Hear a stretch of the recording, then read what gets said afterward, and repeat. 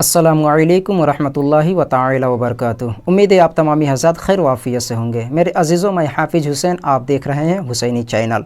आपका इस चैनल पर खुशामदीद, दिल से खुशामदीद।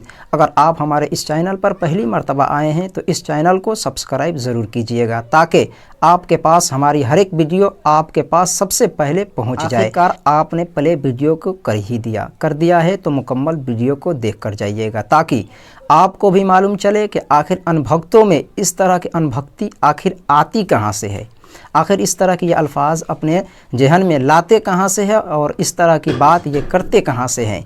इस वीडियो को मुकम्मल देखने के बाद आपको मालूम चल जाएगा कि आखिर किस तरह दो इंसान में बहस होती है और कौन इसमें बेहतरीन बोलता है और कौन बुरा बोलता है। इसको देखने के बाद आपको यकीन हो जाएगा कि अनभक्ति का जो पहाड़ा इन लोगों के जहन में पढ़ा दिया गया है, उसको देखने के बाद आपको भी यकीन हो जाएगा कि किस तरह के ये चचा बात कर रहा था और किस तरह के वो इंसान एक बात कर रहा है जो सिर्फ़ सच्चाई और बेहतरीन अल्फाज से बात कर रहा है। सबसे पहले आपसे मेरी गुजारिश है कि आप इस वीडियो को मुकम्मल देख लें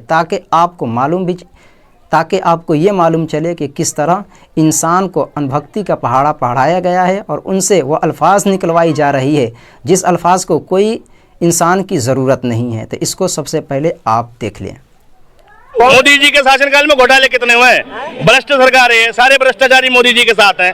हेमंत बिस्वा शर्मा, नारायण राणे, अजित पवार, छगन भुजबल, इन सब पे तो करप्शन के चार्जेस से खुद बीजेपी ने लगाए थे और कहा था जेल में जाएंगे। तो बीजेपी में आ गए, बीजेपी जेल है क्या? बीजेपी में कैसे आ गए?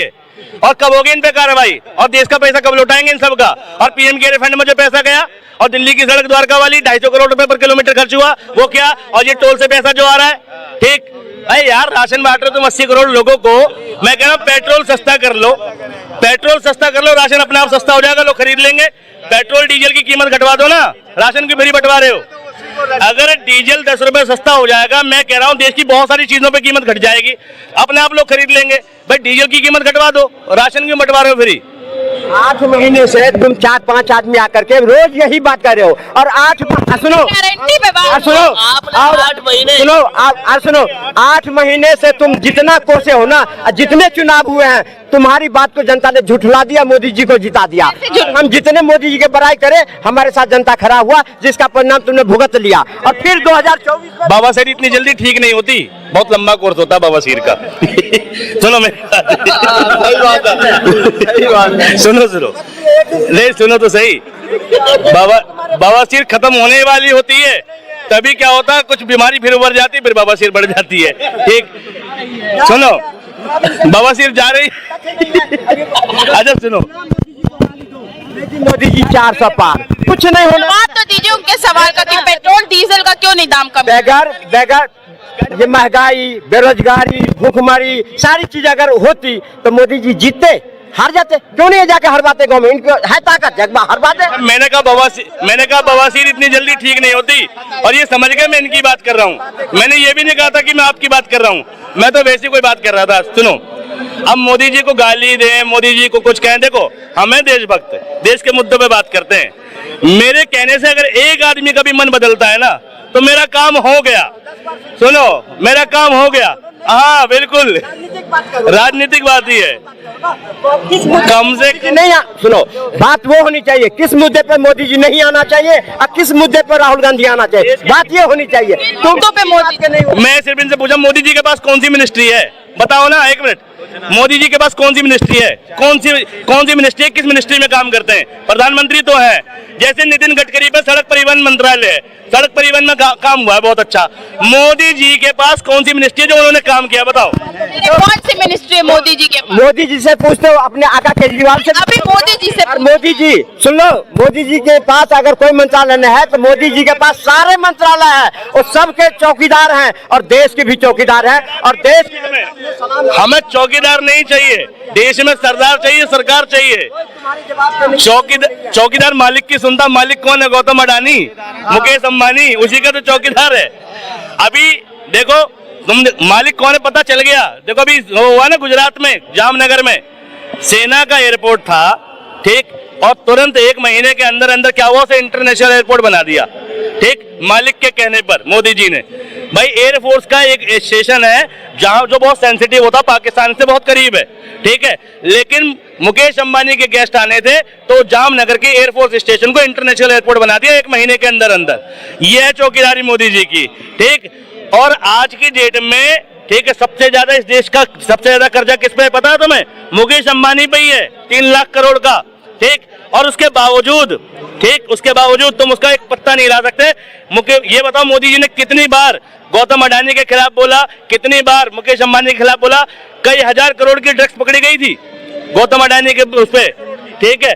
क्या बोला मोदी जी ने? अरे चौकीदार तो है वो, बिल्कुल सत्य बात है, लेकिन देश के उद्योगपतियों के वो अनंत अंबानी, आज से 3 महीने पहले वीडियो वायरल हुआ था, एक सीनियर उनके यहाँ काम करता था, पैर छू रहा था, अनंत अंबानी उनको उठाने की बजाय पीठ थपथपाता, शाबाश मेरे पैर छूने के लिए, ठीक है। उसकी इमेज सुधारने के लिए प्री वेडिंग सेरेमनी चल रही है, हजारों करोड़ रुपए खर्च कर रहे हैं कि भैया अनंत अंबानी तो राम भक्त है, वो राम पर लेक्चर दे रहा है, जगह जगह वीडियो वायरल हो रहे हैं उसके, ठीक है। मतलब वो डिजर्व भी करता है इन चीजों को। इतना पैसा होने के बाद ढंग से बोलना नहीं आता, चलना नहीं आता, उसको सीनियर आदमी की रिस्पेक्ट नहीं है, और पूरी मीडिया में छाया हुआ अनंत अंबानी, उसमें ये आ रहा है, वो आ रहा है। ये मोदी जी की चौकीदारी का तो नतीजा है। जामनगर जो इंटरनेशनल एयरपोर्ट बना, तो ऐसा चौकीदार नहीं चाहिए देश को। देखो एक बात ध्यान रखना, जब देश में मोदी जी ने कहा था ना मैं भी चौकीदार, तो तुम जैसे जो भक्त हैं, ठीक है, बेवकूफ लोग हैं, उन सब ने लिखा मैं भी चौकीदार। मैंने उस टाइम पर भी अपनी फेसबुक आईडी में समझदार लिखा था, तो चौकीदार नहीं समझदार बनो। मैं समझदार हूँ, चौकीदार नहीं। अब देश तय कर ले, देश समझदार के हाथ में जाएगा कि चौकीदार के हाथ में जाएगा। कह रहे सिर्फ उद्योगपति के चौकीदार हैं, गरीबों के नहीं। कौन कहता है? कह रहे हैं इनकी बात पर चलता है।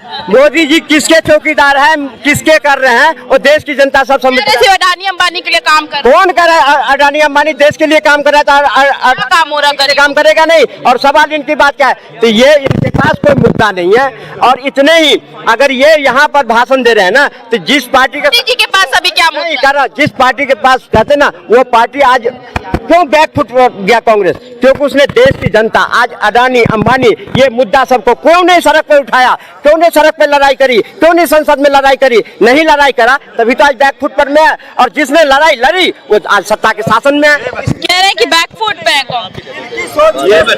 अच्छा एक बात बताओ, सड़क की लड़ाई फिर सत्ता में थे, सत्ता में आने के लिए लड़ी थी उन्होंने, अब सत्ता में आगे बीजेपी वाले, वो स्मृति ईरानी 30 रुपए सिलेंडर पे बढ़ते थे, भैया कांग्रेस सरकार आए सड़कों पर नाचती फिरती थी, आज सिलेंडर भैया 100 रुपए बढ़ता है, 1000 रुपए का सिलेंडर हो रहा है, कहाँ गायब है वो? मैं तो 85 रुपए का भाई उससे कहा था एजुकेशन पे बोलो, एजुकेशन पे बोलो। क्या एजुकेशन मिनिस्टर रही वो? आज तक अपनी डिग्री नहीं दिखा पाई, कहीं 12वीं पास है, कहीं 10वीं पास है, कहीं ग्रेजुएट है, ठीक, और फर्जी डिग्रियां लेकर देश के एजुकेशन मिनिस्टर बनी थी वो। मोदी जी की अपनी डिग्री का आता पता नहीं है, ठीक। भाई ये बताओ बीजेपी में है कौन यार पढ़ा लिखा, कौन है? ऑक्सफोर्ड यूनिवर्सिटी का जो प्रिंसिपल है कौन प्रिंसिपल कौन? अरे यूनिवर्सिटी में प्रिंसिपल नहीं चलता, डीन चलता है, डीन। कॉलेज में डीन चलता है। यूनिवर्सिटी से पढ़ के आया है, सुन लो भाई सुन ले। तो वो जब इतना ही देश की जनता पर में शासन करने वाला है, तो देश की जनमानस की भावना को क्यों नहीं समझ पा रहा है? आज उसकी सरकार 10 साल थी, मनमोहन सिंह जा कह रहे हो, सुन लो, 10 साल मनमोहन सिंह की सरकार थी। वो चाहता तो कैबिनेट का हिस्सा बन करके देश की सेवा करता, कहाँ गायब था? आज देश की मनमोहन सिंह कौन थे पता? कौन सी मिनिस्ट्री थी उनके पास? हाँ बताओ। मनमोहन सिंह के शासन काल में जो कंट्रोल उसके हाथ में था माननीय राहुल गांधी की, तो कैबिनेट का हिस्सा क्यों नहीं बना? पहली राहुल, अरे पहली बार सांसद कब बने राहुल गांधी, ये बताओ। पहला चुनाव कब लड़ा लोकसभा का उन्होंने, ये पता है?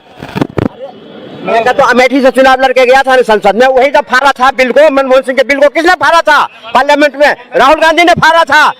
अरे यहाँ क्या बात करूं, मनमोहन सिंह के बिल को किसने फाड़ा था पार्लियामेंट में? ये जब तुम्हें पता नहीं है तो तू क्या बात करेगा तेरे से यार? मोदी जी के सपोर्टर है, यथा राजा तथा प्रजा, जैसा राजा है वैसी प्रजा है। मेरा झूठ सबसे मजबूत। भागो, दिखाओ बिल दिखाओ, भाग बढ़िया तरीका से